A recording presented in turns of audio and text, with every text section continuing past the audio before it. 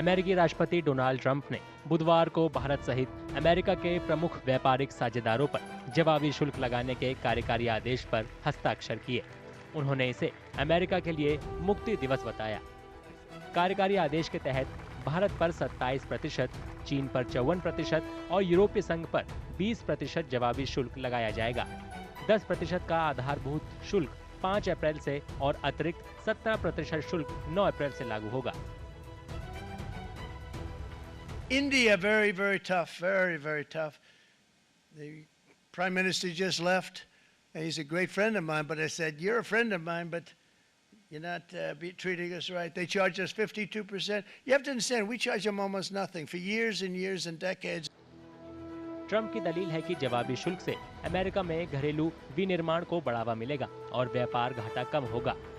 America चीन जैसे देशों के साथ बड़े व्यापार असंतुलन का सामना कर रहा है।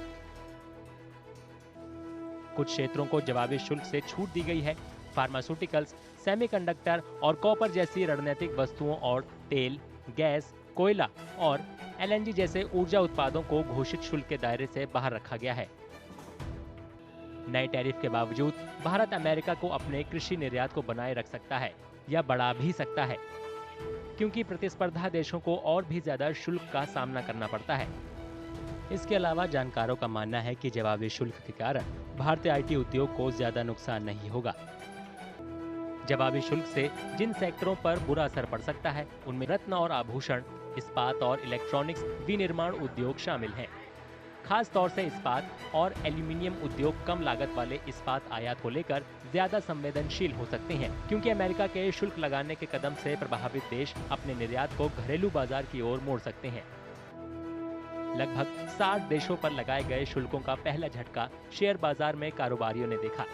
गुरुवार को शुरुआती कारोबार में आईटी शेयरों और एशियाई बाजारों से कमजोर रुझान के कारण इसमें भारी गिरावट देखी गई। भारत सरकार अपनी ओर से हालात पर बारीकी से नजर रख रही है। वाणिज्य मंत्रालय के मुताबिक वो इस मुद्दे पर घरेलू उद्योग और निर्यातकों सहित सभी हितधारकों के साथ बातचीत कर रहा है। हालांकि विशेषज्ञों का सुझाव है कि अमेरिका द्वारा लगाए गए शुल्क से व्यापार आपूर्ति श्रृंखला में भारत के लिए और ज्यादा मौके पैदा होंगे। इस साल फरवरी में प्रधानमंत्री नरेंद्र मोदी की अमेरिकी यात्रा के दौरान दोनों देशों ने 2030 तक व्यापार को 500 बिलियन अमेरिकी डॉलर तक बढ़ाने के मकसद से द्विपक्षीय व्यापार समझौते पर बातचीत का ऐलान किया था। दोनों देशों के व्यापार प्रतिनिधि इस समझौते के पहले चरण को इस साल सितंबर-अक्टूबर तक अंतिम रूप देने का लक्ष्य बना रहे हैं।